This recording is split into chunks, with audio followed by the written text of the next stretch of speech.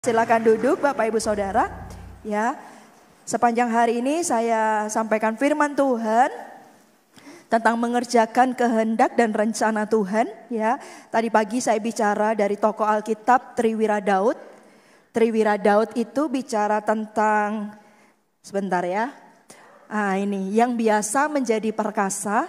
Lalu Umum 2 pasukan Abraham 318 ini bicara tentang yang kecil mengalahkan yang besar. Ibadah sore ini pasukan Gideon, bukan saya tapi kuasanya yang bekerja. Dan ibadah terakhir nanti ada Kaleb dan Yosua yang tidak kelihatan jauh lebih hebat daripada yang kelihatan. Ya, buka sama-sama saya di dalam Matius pasal yang kelima. Matius pasal yang kelima ayat yang ke 13 sampai ayat yang ke-16. Matius 5 ayat 13 sampai 16. Garam dunia dan terang dunia. Kamu adalah garam dunia. Jika garam itu menjadi tawar, dengan apakah ia diasinkan? Tidak ada lagi gunanya selain dibuang dan diinjak orang. Kamu adalah garam dunia. Luar biasa ya. Ini Tuhan berkata bahwa kamu adalah garam dunia. Lani, kamu adalah garam dunia. Sebutkan nama Anda, siapa? Anda adalah garam dunia. Ya, ayat 14, kamu adalah terang dunia. Jadi tidak cukup hanya garam dunia, tapi juga terang dunia. Kota yang terletak di atas gunung tidak mungkin tersembunyi. Jangan coba-coba menyembunyikan apapun di hadapan Tuhan. Tidak ada hal di muka bumi ini yang tersembunyi di hadapan Allah kita. Ya, atau dengan kata lain, hidup orang Kristen ini juga disorot. Ya, apa aja yang Anda lakukan, Anda kerjakan selalu disorot. Ya kenapa? Ya karena kita ini kota yang terletak di atas gunung, tidak mungkin tersembunyi. Ya, lagi pula orang tidak menyalakan pelita lalu meletakkannya di bawah gantang, melainkan di atas kaki dian, sehingga menerangi semua orang di dalam rumah itu. Tidak ada orang yang menyalakan pelita. Kamu adalah terang dunia, gitu ya. Kamu adalah garam dunia. Tidak ada pelita ditaruh bawah, pelita itu ditaruh atas. Anak-anak Tuhan itu selalu Tuhan mau dibawa ke atas. Engkau akan terus naik bukan turun. Berkat ada padamu bukan kutuk. Engkau akan menjadi kepala dan bukan ekor. Tidak ada pelita ditaruh di bawah gantang. Pelita itu ditaruh di atas kaki dian. Semakin tinggi kita maka sama kayak lampu ini kan. Kalau semakin tinggi dia pedarannya itu akan semakin luas. Demikian juga anak-anak Tuhan. Tuhan mau bawa kita tinggi, Tuhan mau bawa kita naik. Kenapa? Karena Tuhan mau hidup kita tuh dampaknya sampai kepada ujung bumi. Kamu akan menjadi saksiku di Yerusalem, Yudea, Samaria, sampai kepada ujung bumi. Kamu adalah terang dunia, kamu adalah garam dunia. Kok enggak cukup ya Tuhan berkata kamu adalah garam? Kan cukup ya. Atau kamu adalah terang, tapi ditambah sama Tuhan terang dunia. Iya. Karena Tuhan itu kalau punya rencana buat anak-anaknya itu gak pernah nanggung. Tuhan kalau punya rencana, punya kehendak itu yang paling maksimal, yang sempurna, yang terbaik. Kasih tepuk tangan buat Allah kita. Kamu adalah terang dunia, kamu adalah garam dunia. Nah saudara, ketika Tuhan bicara begitu berarti ada potensi dalam diri Anda. Tuhan kok boro-boro ke dunia. Hari ini saja rasanya saya masih struggle hidupnya. Hari ini saja saya ini masih punya banyak pergumulan dan tantangan. Boro-boro. Gitu apa ya boro-boro bahasa Indonesianya ya? Apa ya? Ya itulah boro-boro. Apa itu ya? Kok sulit bahasa Indonesia. Tuhan, kenapa boro-boro mau jadi terang dunia, garam dunia? Yang di sini aja kayaknya belum selesai. Saudara, Tuhan itu selalu melihat potensi dalam diri Anda. Bahwa engkau akan menjadi garam dunia dan terang dunia. Seperti yang Tuhan katakan. Kalau Roh Kudus turun atasmu, kamu akan menjadi saksiku. Di Yerusalem, Yudea, Samaria sampai kepada ujung bumi. Tuhan mau pakai kita besar saudara. Tuhan mau pakai melalui hidup kita ini. Tuhan pakai untuk kemuliaan namanya. Dan ujungnya apa? Coba lihat ayat 16. Demikianlah hendaknya terangmu bercahaya di depan orang. Supaya mereka melihat perbuatanmu yang baik. Dan memuliakan Bapamu yang di surga. Dan ujung-ujungnya itu adalah nama Tuhan yang dipermuliakan. Melalui hidupmu, nama Tuhan dipermuliakan. Melalui pernikahanmu, nama Tuhan dipermuliakan. Melalui pelayananmu, nama Tuhan dipermuliakan. Melalui pekerjaanmu, nama Tuhan dipermuliakan. Itu ujungnya. Saudara, kita ini hidup, Tuhan itu punya planningnya, punya rencananya. Untuk kita dijadikan saksinya, untuk kemuliaan namanya. Di luar sana banyak orang-orang yang membutuhkan Tuhan. Siapa lagi yang bisa memberitahukan kepada mereka kalau bukan Anda dan saya, kalau bukan kita. Katakan amin saudara ya. Dalam diri kita ini ada potensi. Kamu garam, kamu terang ya. Mari kita sama-sama belajar dari tokoh-tokoh yang akan kita pelajari ya. Sesi yang ketiga ini, ibadah yang ketiga ini dari pasukan Gideon. Coba kita lihat saudara. Di dalam Hakim-Hakim pasal yang ke-7. Dari tadi khotbah saya Triwira Daud itu orang-orang yang ada di gua Adulam, tapi dipakai Tuhan secara luar biasa. Orang-orang yang terlilit hutang piutang, orang-orang yang sakit hati, orang-orang yang hidup dalam kesengsaraan, tetapi bisa dipakai menjadi Triwiranya Daud. Satu orang bisa mengalahkan 800, satu orang itu bisa menangkan pertempuran sehingga cuman rakyat datang untuk merampas sampai pedangnya itu menempel di tangannya gitu ya. Lalu satunya itu mempertahankan ladang kacang merah. Dia juga memperoleh kemenangan yang besar. Lihat orang yang latar belakangnya seperti itu, tapi dipakai Tuhan secara luar biasa. Kenapa? Karena Tuhan lihat ada potensi dalam hidup orang itu. Saya tidak bahas itu perihal apa. Yang pertama Triwira Daud, yang kedua pasukan Abraham 318, dan yang sekarang ini adalah pasukan Gideon. Lihat, Tuhan itu ya nanti akan mengalahkan orang-orang Midian bukan dengan banyak orang. Tuhan mengalahkan orang-orang Midian bersama dengan Gideon itu dengan sedikit orang. Disaring gitu saudara ya.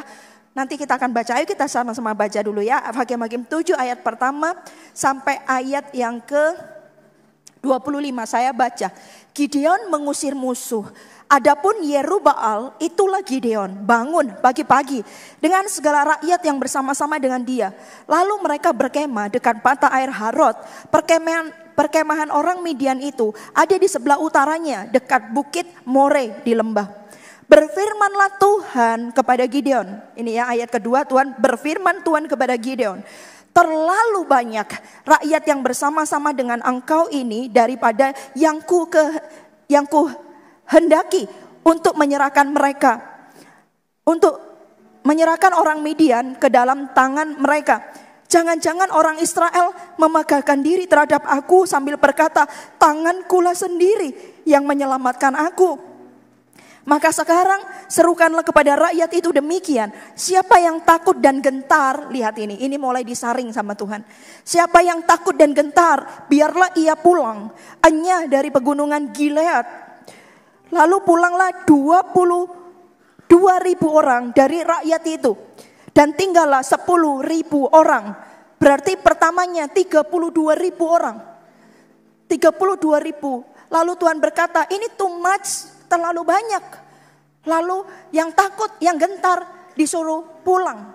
Akhirnya sisa 10.000. Pulang 22.000. Saudara, ternyata yang takut dan gentar itu banyak saudara ya. Nanti kita akan pelajari ya. Tinggal 10.000 orang. Tetapi Tuhan berfirman kepada Gideon, masih terlalu banyak rakyat. Suruhlah mereka turun minum air. Disaring lagi. Dari 10.000 disaring lagi. Suruhlah mereka turun minum air. Maka aku akan menyaring mereka bagimu di sana. Siapa yang kufirmankan kepadamu, inilah orang yang akan pergi bersama-sama dengan engkau. Dialah yang akan pergi bersama-sama dengan engkau. Tetapi barang siapa yang kufirmankan kepadamu, inilah orang yang tidak akan pergi bersama-sama dengan engkau. Dialah yang tidak akan pergi. Lalu Gideon menyuruh rakyat itu turun minum air.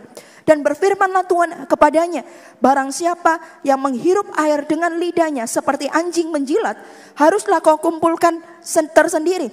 Demikian juga semua orang yang berlutut untuk minum. Jumlah orang yang menghirup dengan membawa tangannya ke mulutnya ada 300 orang. Tetapi yang lain dari rakyat itu semuanya berlutut minum air. Berlutut minum air itu maaf kata, dia itu minumnya tuh kayak anjing Bapak Ibu Saudara.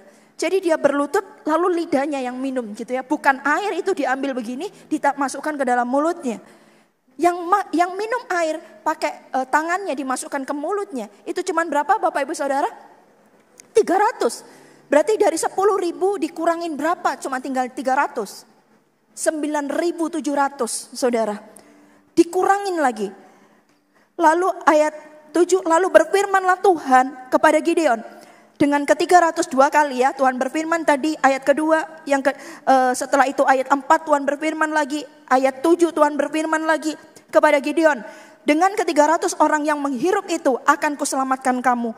Aku akan menyerahkan orang Midian ke dalam tanganmu, tetapi yang lain dari rakyat itu semuanya boleh pergi masing-masing ke tempat kediamannya. Dari rakyat itu mereka mengambil bekal dan sangkakala. Demikianlah seluruh orang Israel disuruhnya pergi masing-masing ke kemahnya. Tetapi ke-300 orang itu ditahannya. Adapun perkemahan orang Midian ada di bawahnya di lembah. Pada malam itu berfirmanlah Tuhan kepadanya 4 kali. Ayat 2, ayat 4, ayat 7, ayat 9. Berfirman lagi Tuhan kepadanya, bangunlah, turunlah menyerbu perkemahan itu. Sebab telah kuserahkan itu ke dalam tanganmu. Tetapi jika engkau takut untuk turun menyerbu, turunlah bersama dengan Pura bujangmu ke perkemahan itu. Maka kau dengarkanlah apa yang mereka katakan. Kemudian engkau akan mendapat keberanian untuk turun menyerbu perkemahan itu. Lalu turunlah ia bersama dengan Pura bujangnya itu sampai kepada penjagaan terdepan laskar di perkemahan itu. Adapun orang Midian dan orang Amalek dan semua orang dari sebelah timur itu bergelimpangan di lembah itu seperti belalang banyaknya, dan unta mereka tidak terhitung, seperti pasir di tepi laut banyaknya. Waduh, musuhnya banyak banget Bapak Ibu Saudara. Ketika Gideon sampai ke situ, kebetulan ada seorang menceritakan mimpinya kepada temannya. Katanya, aku bermimpi tampak sekeping roti jelai terguling masuk ke perkemahan orang Midian. Setelah sampai ke kemah itu, dilanggarnya kemah itu sehingga roboh dan dibongkar bangkirkannya. Demikianlah kemah itu habis runtuh. Lalu temannya menjawab, ini tidak lain dari pedang Gideon bin Yoas orang Israel itu. Allah telah menyerahkan orang Midian dan seluruh perkemahan ini ke dalam tangannya. Allah yang menyerahkan, saudara. Ayat di atas tadi Tuhan berkata, aku yang memberikan kemenangan. Segera sesudah Gideon mendengar mimpi itu diceritakannya dengan maknanya, sujudlah ia menyembah. Kemudian pulanglah ia ke perkemahan orang Israel lalu berkata, bangunlah sebab Tuhan telah menyerahkan perkemahan orang Midian ke dalam tanganmu. Sesudah itu dibaginya lah ke-300 orang itu ke dalam 3 pasukan, dan di tangan mereka semua diberikannya sangkakala dan buyung kosong dengan suluh di dalam buyung itu. Dan berkatalah ia kepada mereka, perhatikanlah aku dan lakukan seperti yang kulakukan. Maka apabila aku sampai ke ujung perkemahan itu, haruslah kamu lakukan seperti yang kulakukan. Senjatanya luar biasa, sangkakala dan buyung. Bapak Ibu Saudara, apabila aku dan semua orang yang bersama dengan aku meniup sangkakala, maka haruslah kamu juga meniup sangkakala sekeliling seluruh perkemahan itu dan berseru, demi Tuhan dan demi Gideon. Lalu Gideon dan ke-100 orang yang bersama-sama dengan dia sampai di ujung perkemahan itu pada waktu permulaan giliran jaga tengah malam. Ketika penjaga-penjaga baru saja ditempatkan, lalu mereka meniup sangkakala sambil memecahkan buyung yang di tangan mereka. Demikianlah ketiga pasukan itu bersama-sama meniup sangkakala dan memecahkan buyung dengan memegang obor di tangan kirinya dan sangkakala di tangan kanannya untuk ditiup serta berseru, pedang demi Tuhan dan demi Gideon. Sementara itu tinggallah mereka berdiri masing-masing di tempatnya sekeliling perkemahan itu. Tetapi seluruh tentara musuh menjadi kacau balau, berteriak-teriak dan melarikan diri. Saudara, ini musuh itu seperti pasir. Banyaknya seperti pasir di laut. Gideon itu dan 300 pasukannya itu cuman bawa sangkakala, bawa buyung. Ini bukan alat perang, saudaraku. Dan jumlah mereka itu sedikit. Makanya jangan takut dengan jumlah sedikit. Jangan takut saudara. Kalau Tuhan bekerja, tidak ada yang tidak bisa. Tidak ada yang tidak mungkin. Amazing, ajaib. Lalu dikatakan begini. Kemudian dikerahkannya orang sedang ke-300 orang itu meniup sangkakala. Maka di perkemahan itu membuat pedang yang seorang diarahkan kepada yang lain, saling membunuh. Mereka kacau balau, berteriak-teriak, melarikan diri. Lalu mereka saling membunuh. membuat pedang yang seorang diarahkan kepada yang lain. Lalu larilah tentara itu sampai ke Betsita, ke arah Zerera, sampai ke pinggir Abel Mehola dekat Tabat. Kemudian dikerahkannya orang-orang Israel dari suku Naftali, Asyir, dari segenap suku Manasye. Dan mereka mengejar orang Midian itu. Gideon menyuruh juga orang ke seluruh pegunungan Efraim dengan pesan, turunlah menghadapi orang Midian dan dudukilah segala batang air sampai ke Bet-bara dan juga sungai Yordan. Maka semua orang Efraim dikerahkan. Lalu mereka menduduki segala batang air sampai ke Bet-bara juga sungai Yordan. Mereka berhasil menawan dua raja Midian, yakni Oreb dan Zeb. Oreb dibunuh di gunung batu, Oreb dan Zeb dibunuh di dalam tempat pemerasan anggur Zeb. Mereka mengejar orang Midian itu, lalu mereka membawa kepala Oreb dan kepala Zeb kepada Gideon di seberang sungai Yordan. Saudara, musuhnya sebegitu banyak, tapi dikalahkan dengan Gideon dan 300 pasukan dan bersama Tuhan. Jangan lupakan Tuhan, karena Tuhan yang memberi kemenangan. Poin itu yang pertama, apa yang kita pelajari dari kisah ini. Yang pertama, Tuhanlah yang memberi kemenangan, bukan yang lain. Dari ayat itu Tuhan berkata, bahkan Tuhan bilang begini, suruh. Coba kita lihat di ayat yang kedua itu, bilang gini, terlalu banyak rakyat yang bersama-sama dengan aku, dengan engkau, daripada yang kuhendaki untuk menyerahkan orang Midian ke dalam tangan mereka. Jangan-jangan orang Israel memegah-megahkan diri terhadap aku sambil berkata, tangankulah sendiri yang menyelamatkan aku. Saudara, poin yang pertama, Tuhanlah yang memberikan kemenangan. Karena itu saudara, Anda jangan underestimate dengan apa yang ada di tanganmu. Tuhan saja tidak pernah meremehkan apa yang ada pada diri Anda. Apapun itu. Sekalipun itu cuma tongkat, sekalipun itu cuma tongkat kayu, Tuhan tidak pernah underestimate. Karena saudara, bukan apa yang ada di tanganmu itu yang membuat berhasil, bukan. Yang membuat berhasil itu adalah Tuhan kita. Katakan amin. Yang membuat berhasil bukan kepandaian kita, bukan pengalaman kita, tetapi Tuhan yang memberi kemenangan. Lihat, pasukannya banyak, 32.000. Harusnya secara manusia memang ini lebih cocok. 32.000 pasukan itu mengalahkan pasukan orang-orang Midian yang jumlahnya seperti pasir di laut, sangat banyak yang ada di lembah itu. Harusnya 32.000 itu lebih masuk akal ketimbang dari 300. Tapi saudara, Tuhan bilang terlalu banyak, too much. Suruh kurangi, kasih tahu mereka yang takut gentar suruh pergi. Lalu setelah itu tinggal 10.000, itu juga dipilih lagi. Sampai akhirnya 300 yang minum air itu ambil, dicedok pakai tangannya, dimasukkan ke dalam mulutnya. Orang yang gini yang akan berperang bersama-sama dengan kita. Orang yang seperti ini yang akan mengikutimu Gideon untuk melawan orang-orang Midian. Saudara, jangan pernah ada orang gini, banyak orang itu tidak bersyukur. Saya cuma punyanya ini, saya tidak seperti orang itu. Orang itu punya banyak. Saudara, kalau Tuhan yang berperang bersamamu, sekalipun engkau punyanya sedikit, dengan itulah kamu akan mengalami kemenangan. Bukan dengan banyak saudara, bahkan 32 itu katanya terlalu banyak. Karena itu saudara, jangan pernah meremehkan dirimu sendiri. Tuhan aja sangat percaya kepada dirimu dan saya, bahwa apa yang kita punya, apa yang ada di tangan kita, seberapa kita, seterbatas apa kita, semampu apa kita, asal ada Tuhan, satu pribadi itu cukup untuk mengalahkan orang-orang Midian yang jumlahnya sangat besar seperti pasir di laut. Siapa yang percaya? Sepakat katakan amin. Saya percaya saudara. Karena itu jangan underestimate, jangan tidak mengucap syukur saudara. Apa yang ada di hidupmu, Tuhan itu tidak akan jauh-jauh dari situ. Tuhan tidak akan jauh-jauh, bahkan sometimes terlalu banyak katanya. Terlalu banyak. Karena itu jangan pernah lihat yang kecil di hidupmu. Jangan pernah lihat yang sederhana. Ingat, orang setia pada perkara kecil, Tuhan akan bawa kepada perkara yang besar. Apa yang ada padamu Musa, aku punya tongkat Tuhan. Ya itu cukup, dengan itu saja. Cukup dengan tongkat itu, kamu akan membebaskan bangsa Israel itu keluar dari Mesir, saudara, menuju kepada tanah Kanaan. Dan benar dengan tongkat itu, begitu perlu air, perlu minum, pakai tongkat itu. Ada yang cuma diangkat dan berkata-kata kepada bukit batu, ada yang dipukulkan saudara, pakai tongkat itu. Ketika membelah laut juga pakai tongkat itu. Tongkat, apa orang mikir apa itu tongkat? Apa istimewanya tongkat itu? Jangan Anda salah. Kalau tongkat itu memang tongkat biasa, tapi kalau tongkat itu dipegang Musa, dan Musa itu ada Allah dalam hidupnya, menjadi tongkat yang luar biasa.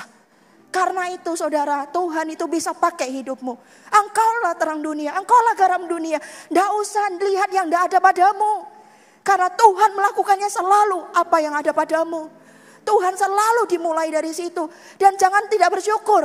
Angkatlah 5 roti dan 2 ikan yang Anda punya itu saudara. 5 roti 2 ikan ini. Aku percaya Tuhan. Aku mengucap syukur dengan 5 roti 2 ikan. Orang mungkin berkata apa bagusnya punya 5 roti 2 ikan. Kebutuhannya 5.000 orang. Apa bagusnya kamu cuma punya 5 roti 2 ikan, punyanya anak kecil lagi. Snacknya anak kecil tuh katanya Pastor Lena minggu lalu. Apa untungnya? Itu bagi manusia. Karena itu saudara, kalau mau lakukan sesuatu jangan dengar perkataan orang. Kalau engkau sedang ada dalam medan pertempuran, jangan dengar perkataan orang. Kenapa? Karena kadang perkataan manusia bisa melemahkanmu. Just believe kepada Tuhan. Percaya kepada Allah yang sanggup membuat yang tidak ada menjadi ada. Percaya kepada Tuhan yang sanggup membuat tongkat itu, tongkat yang dari kayu itu bisa membelah lautan yang besar. Musa cuma punyanya itu saudara. Tapi dari situlah kemenangan demi kemenangan itu terjadi. Saudara, 32.000 terlalu banyak. Kurangin. Menjadi tinggal 10.000. Kurangin kata Tuhan. Karena satu saja, Tuhan mau menunjukkan kepada kita bahwa bukan karena kuat gagah perkasamu, pengalamanmu. Bukan karena itu. Tapi sesungguhnya semua kemenangan itu karena Tuhan ada bersama kita. Kasih tepuk tangan yang paling meriah buat Allah kita. Sesungguhnya cuman Tuhan saja. Tuhan saja saudara. Anda dapat sesuatu Bapak Ibu Saudara? Amin, Anda dapat sesuatu? Karena itu libatkan Tuhan dalam segala sesuatu dalam hidupmu. Jangan Anda merasa aku sudah punya pengalaman ini. Ternyata dalam hidup sama Tuhan itu tidak bisa pakai pengalaman. Kenapa? Firman Tuhan bilang selalu baru setiap hari. Selalu baru setiap hari. Makan mana saudara, kalau bangsa Israel itu makan mana, itu tidak bisa disimpan saudara.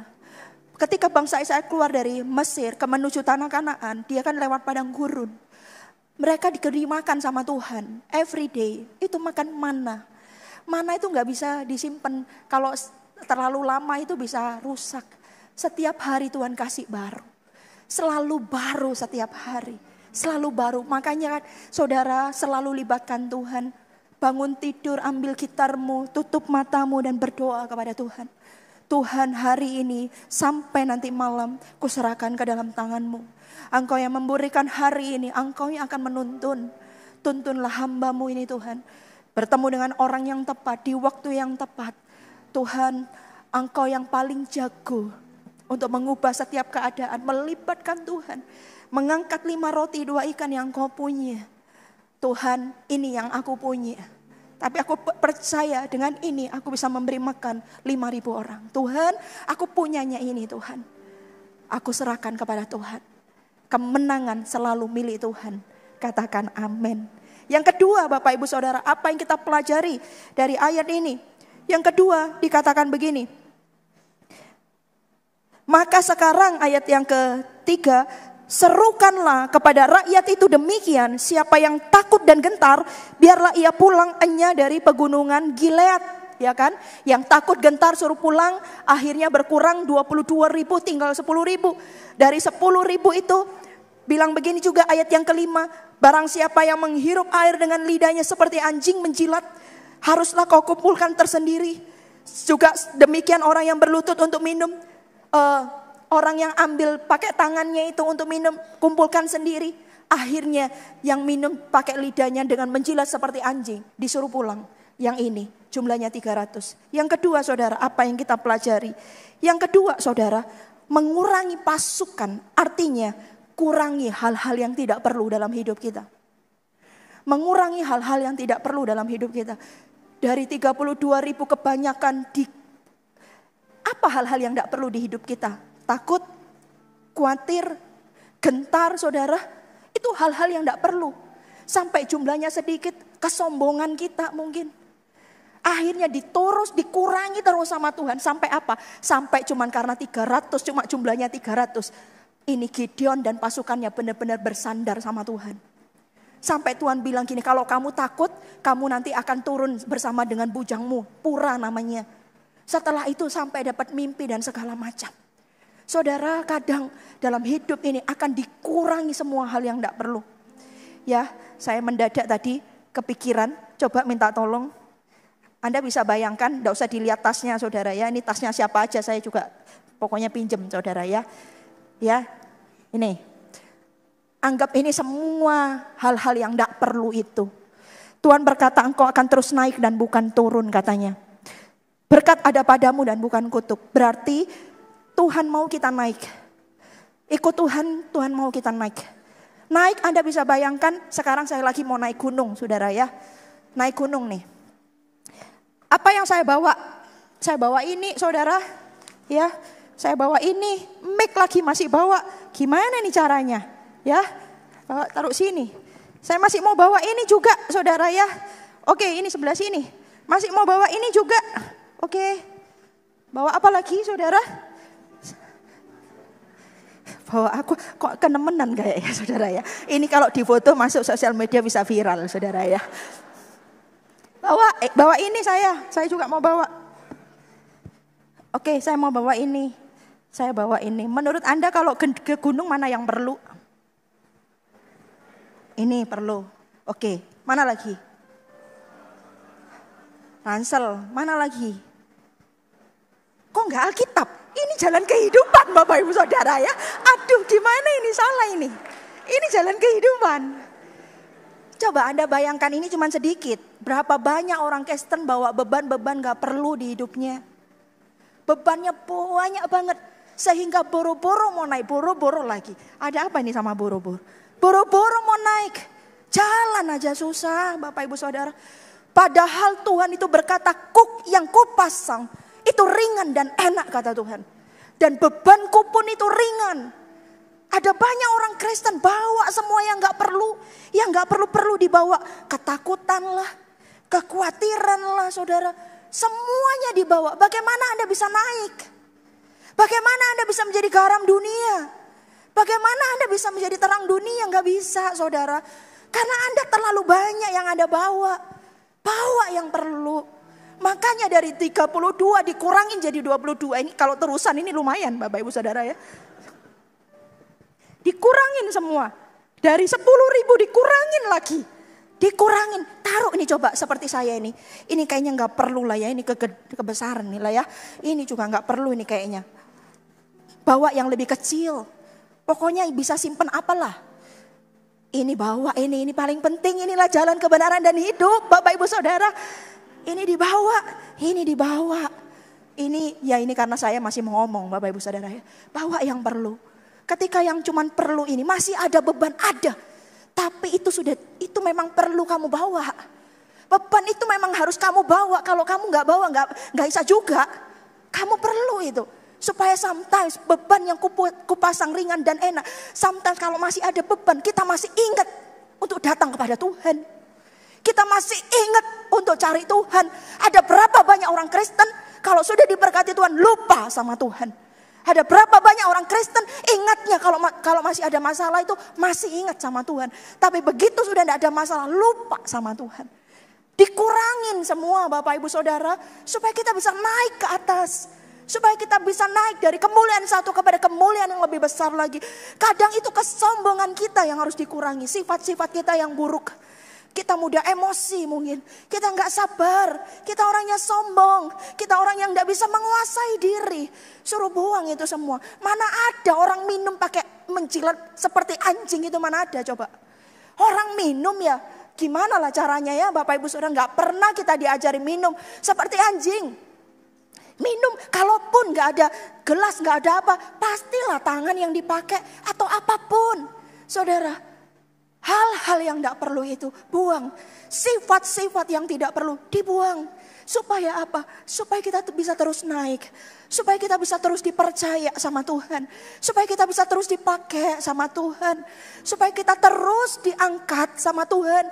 Dipercaya 1, dipercaya 2, dipercaya 3. Supaya dipercaya hidup kita sama Tuhan. Katakan amin. Saudara, Tuhan akan kurangi terus sampai dirasa cukup. Sampai dirasa cukup. Tuhan akan kurangi terus. Loh, enggak gampang loh. Kayaknya ini case-nya kita baca dari 32 dikurangi jadi 22 tinggal 10.000. Coba Anda bayangkan kalau Anda yang dikurangi dalam hidup Anda, coba. Kalau Anda dikurangi terus dalam hidupmu, gampang? Enggak gampang. Tapi saudara, nanti ada di poin yang ketiga. Ada poin yang ketiga. Dalam hidup ini kadang ada yang harus dikurangi. Mengurangi pasukan itu adalah mengurangi hal-hal yang tidak perlu. Kurangi itu. Kurangi. Ini terlalu berat. Ini terlalu ini. Sampai akhirnya pas menurut Tuhan. Di titik itulah akan terjadi kemenangan demi kemenangan. Kasih tepuk tangan yang paling meriah buat Allah kita.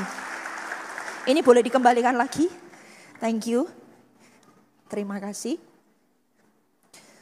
Nah, yang ketiga Bapak Ibu Saudara, apa yang kita pelajari? Yang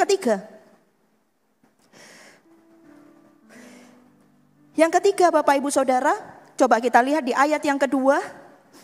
Ayat yang kedua, yang seperti tadi saya bilang, ada 4 kali Tuhan berfirman.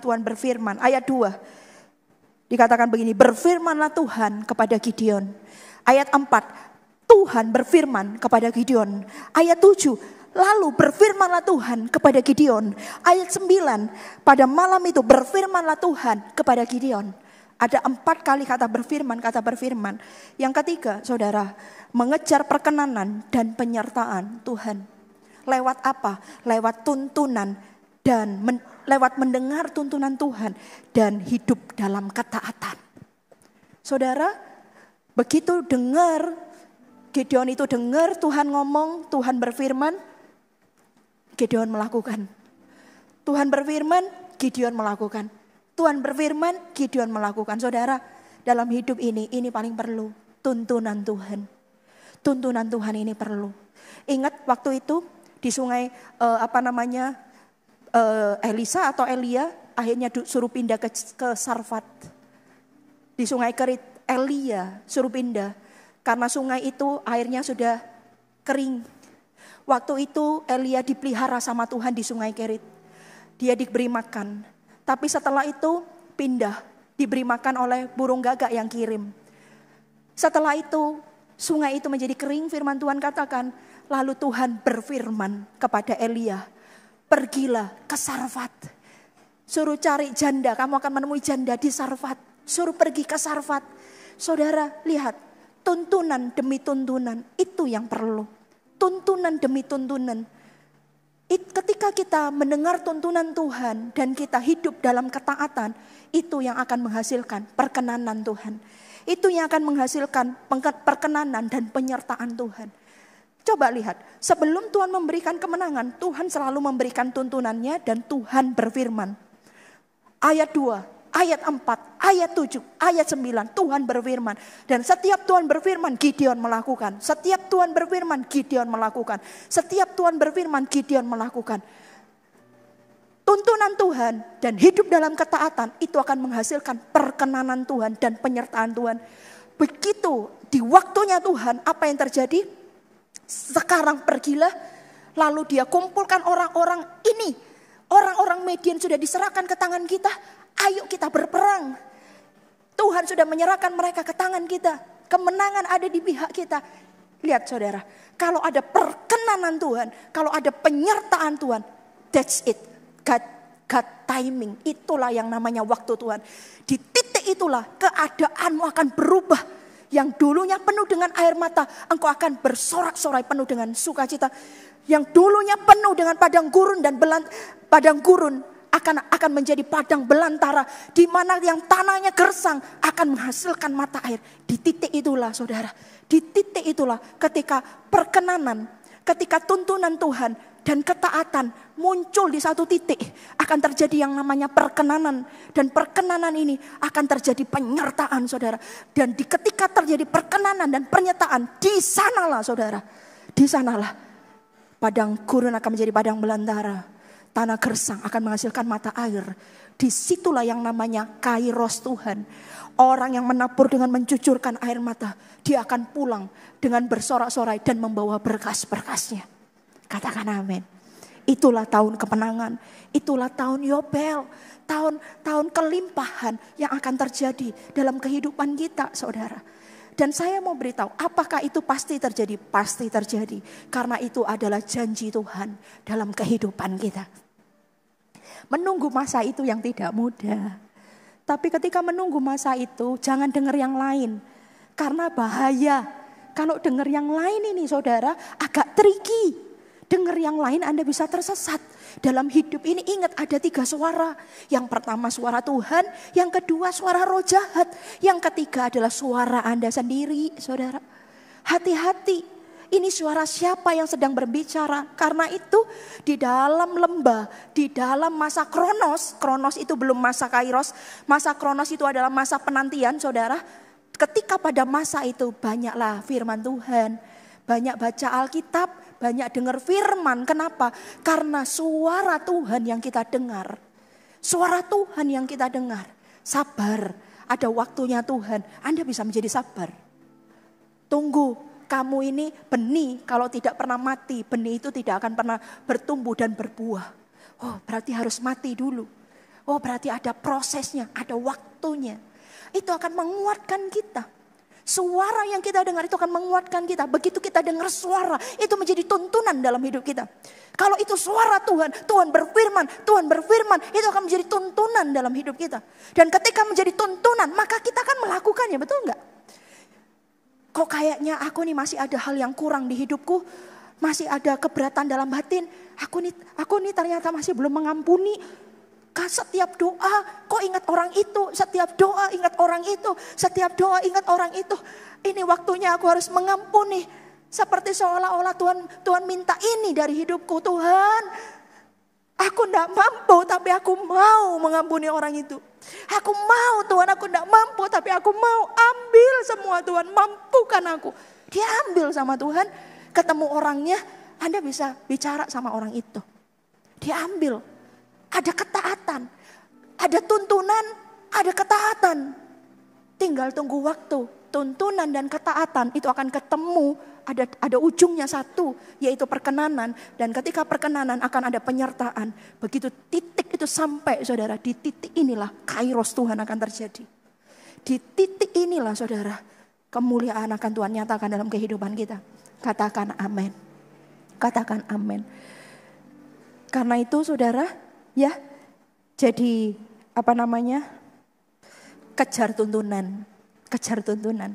Kalau ke Tuhan itu jangan tanya why, kenapa, mengapa, kok bisa begini.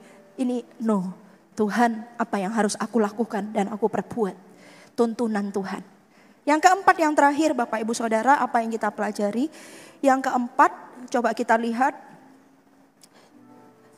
Di ayat yang ke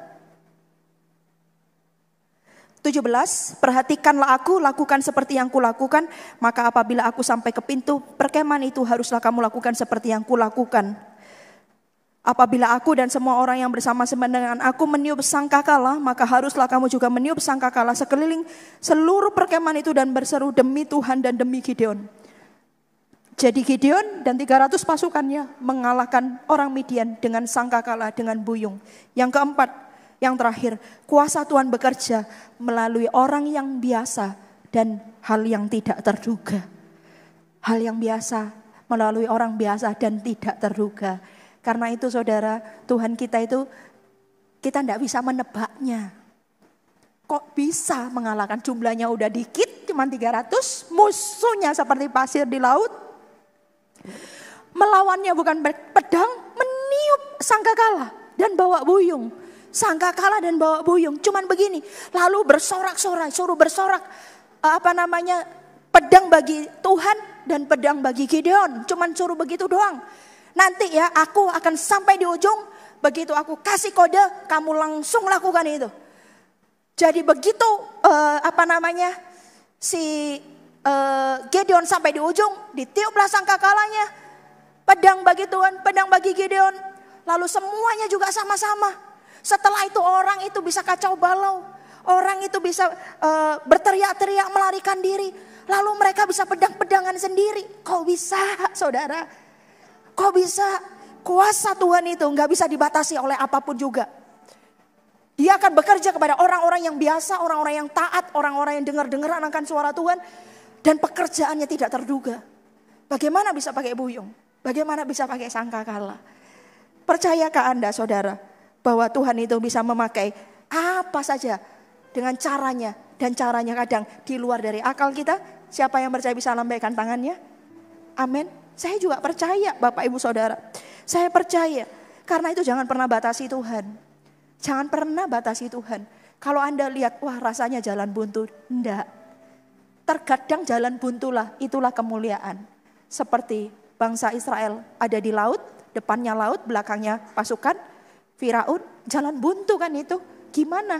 Tapi enggak bagi Tuhan. Tidak terduga. Caranya itu loh gak bisa diselami saudara. Gak bisa diselami, kok bisa?